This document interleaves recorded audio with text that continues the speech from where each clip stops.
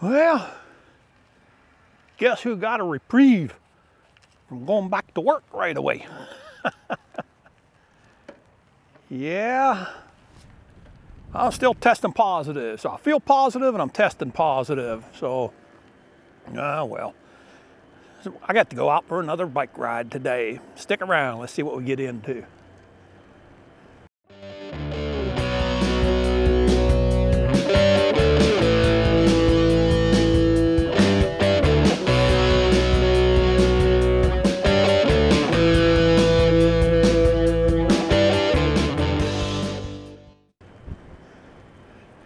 Well, hello again, Internet. Welcome back to the channel. Yeah, it is definitely a windy, blustery day, and I need to be heading back to the shop, well, to the house. But I'm still stuck out because I still tested positive for COVID. I don't want to make anybody else sick. I don't know how accurate the tests are, but it is what it is. So we'll head back. I've been riding around, took a look out here at these houses up here. It looks like they're selling them, so I guess that's good. Then I ran into the no trespassing sign down the hill there a little bit. Now we're gonna roll down this highway right here because it's kind of pretty big, but you know, I've been thinking more along the lines of the different bikes that are coming out and newer technologies with different bikes. And so we'll get into that a little bit once we get rolling here.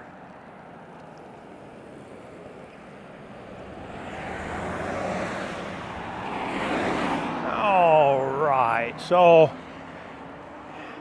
you know, I've mentioned before that I would like to see, and I'm wondering why you don't see this, because, you know, you could buy a bike one year, just a regular bike, and if you want to upgrade it a year later, you can get a new fork on it, you can get a new cassette on it. And I'm not talking replacing what you have. I'm talking about getting an upgraded one. Why is it with our e-bikes, nothing is standard? Let's go ahead and roll on down here a little ways. Nothing is standard with them to where you can upgrade it.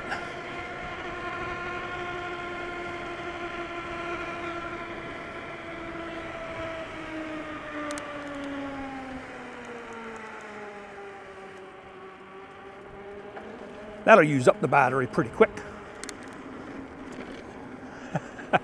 When you go up into pedal assist 6 through 9.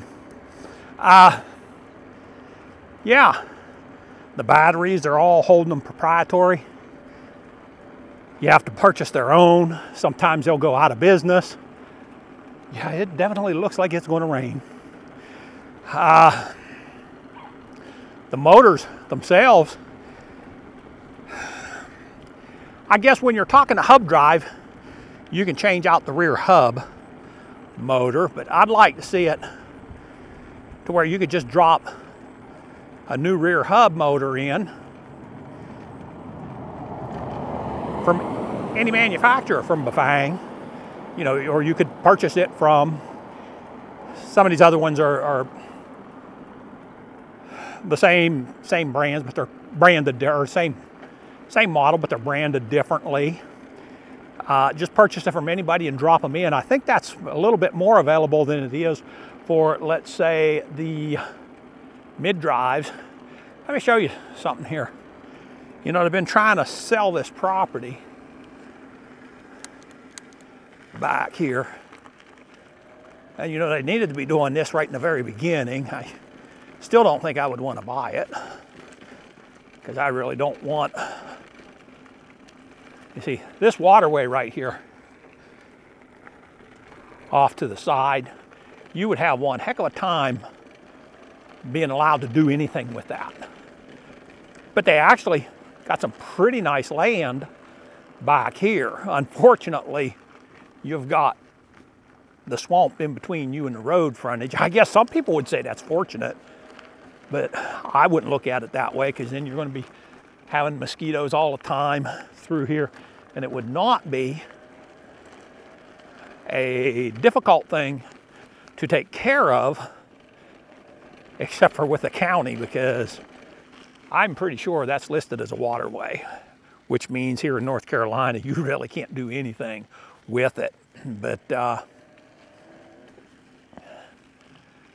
yeah, it's some pretty decent land back through here, and they've cleared out a little bit more. I'm not sure how that gets back this way over to our right.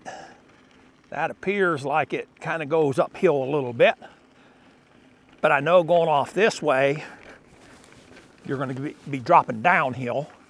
So, you know, that's not going to be so good over that way. I'm not sure how far that would be over that way. But they got a better chance of selling it like this than what they had earlier. At least they got a road built through here, and they probably have been waiting all this time just to get the permits to be able to come across this the way that they did. So, yeah, I'm surprised they were even allowed to put that riprap in there. But anyway, let's get back to the subject at hand. You know, the mid-drive motors are even worse yet, because, and I'll tell you where I see a little push coming, and I'll tell you why I'm bringing this up. In the actual true e-mountain bike world, there is a push to standardize, because a lot of times you'll buy a frame and your fork and all of your parts, and you'll put it together, and the frame, you may have to use a Shimano motor on it, or a Bosch motor, or whatever, and that's the only kind that you can get. And then once you get it, there's no upgrading it. You know, the next generation that they come out with is going to be quite different. And there's quite a bit of a push there to change that. And so I'm wondering how long it would take for that push to change over to, I don't want to say the regular e-mountain bikes, but the type of bikes that we're riding.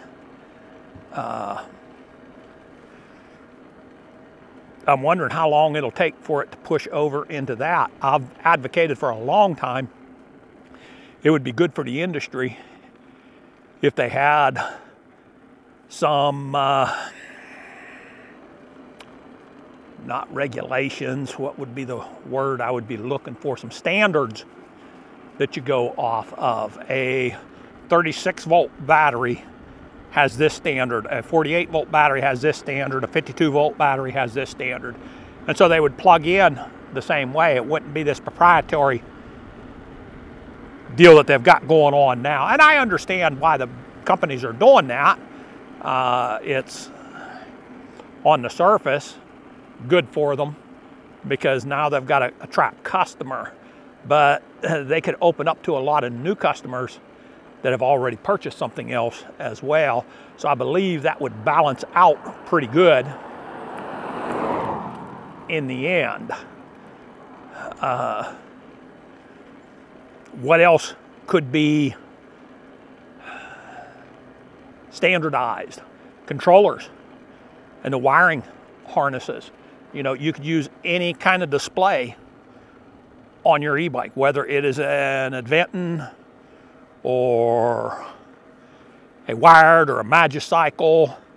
You can use your own display on it. Most of those displays, I shouldn't say most of them, a lot of those displays come from Bafang, and they are somewhat interchangeable, but a lot of the companies will change the plugs, or as they're made, have a different plug put onto it than the standard.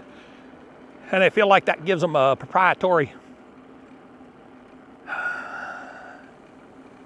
lock on their customer, when, you know, I would say just the opposite. It would open them up to be able to get new customers. And I could, let's say I was riding an adventure and I ended up, I liked the display better that Magicycle used, so I bought their display, and I found out, wow, I got really good customer service from Magicycle. You know, I think I might buy some more stuff from them. And doing it that way, that would be a plus for the industry, that's for sure. That's for sure. What else could be standardized in here? You know, a lot of the regular bike stuff, the brakes and the shifting and all of that stuff, that's pretty much standard as it stays. But the suspension, every bike is coming out with their own system of suspension. That's something else that I'd really like to see. Some kind of standards show up, you know, and just an industry standard, because all of these suspensions that I am seeing are really very entry-level suspensions. They're to say we have full suspension. And so, but boy, if you could upgrade some of that, that would be some pretty good game changers right there. You know, you could really do some upgrades. So that's what's on my mind. I think I'm gonna duck back in there because it is getting dark out here. So yeah, let me go holler into the shop, see how everybody's going in there, see if they're enjoying their time with the boss man away. But we'll catch up with you again, Internet. So till the next time, hey, Southern E-Biking telling you, stay safe, God bless, and keep the wheels rolling. Once again, we're out.